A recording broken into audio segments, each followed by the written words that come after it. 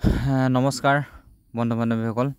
যোৱাকালি আমি কঠালগুৰি চাৰিআলিৰ যিটো জিৰণি চোৱা চাফাই অভিযান কৰি গৈছিলোঁ, সেই চাফাই অভিযান কৰি যোৱাৰ পাছদিনাখন আমি ইয়াত চুন্দিয়া কাৰ্যসূচী আছিলে। তো সেই কাৰ্যসূচীত আমি অংশগ্ৰহণ কৰিবলৈ আহোঁতে দেখা পাইছোঁ যে এজন ব্যক্তি, দুৰ্ভগীয়া ব্যক্তি বুলি ক'ব পাৰি, তেখেতৰ নিজা ঘৰ বাৰী নাই। তো সেই তেনেকৈ য'তে ত'তে ঘূৰি ফুৰে। তো তেখেতক সুধোতে ক'লে কি তেখেত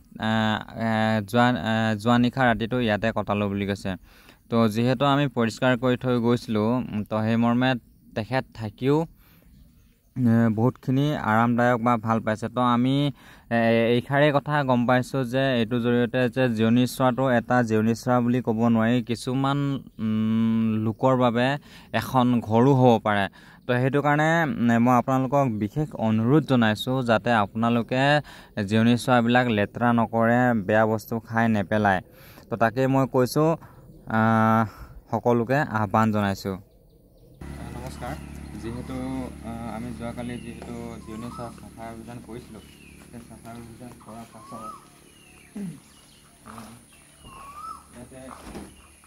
ইয়াতে দেখিবলৈ পাইছিলোঁ মানে বয়সস্থ মানুহ এজন শুই আছিলে। তো তেখেতক মই সুধিছিলোঁ তেখেতে কিবা খাইছে নেকি বুলি, কিন্তু কালি ৰাতিলৈকে তেখেতে একো খোৱা নাই বুলি কৈছিলে। তো সেই মৰ্মে মই আজি তেখেতৰ কাৰণে কিবা এটা লৈ আহিছিলোঁ। দাদা, এই বিস্কুট দুটামান খাই লে।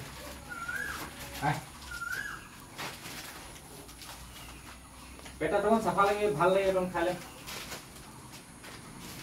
মানে বন খোজে দিয়া বন নাই পালি মানে বিস্কুটে দুটা খাই লে, অকণ গাত তাত শক্তি পাবি। हाँ এটা সাফা করব তোমরা তুই থাকে পারবি হিয়া আছে হিয়া থাকে পারবি বোট বটিলে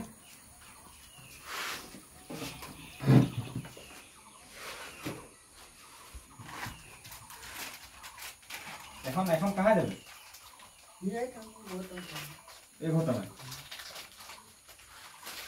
ও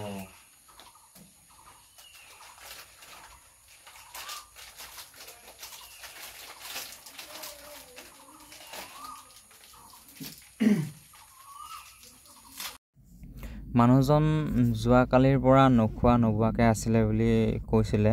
তো সেইকাৰণে মই তেখেতৰ কাৰণে কিবা এটা আনি দিলোঁ। আৰু এনেধৰণৰ সহায় কৰি ভাল লাগে। আপোনালোকেও সহায় কৰি চাবচোন, কোনোবা মানুহ এজনক মনত বহুত শান্তি লাগে।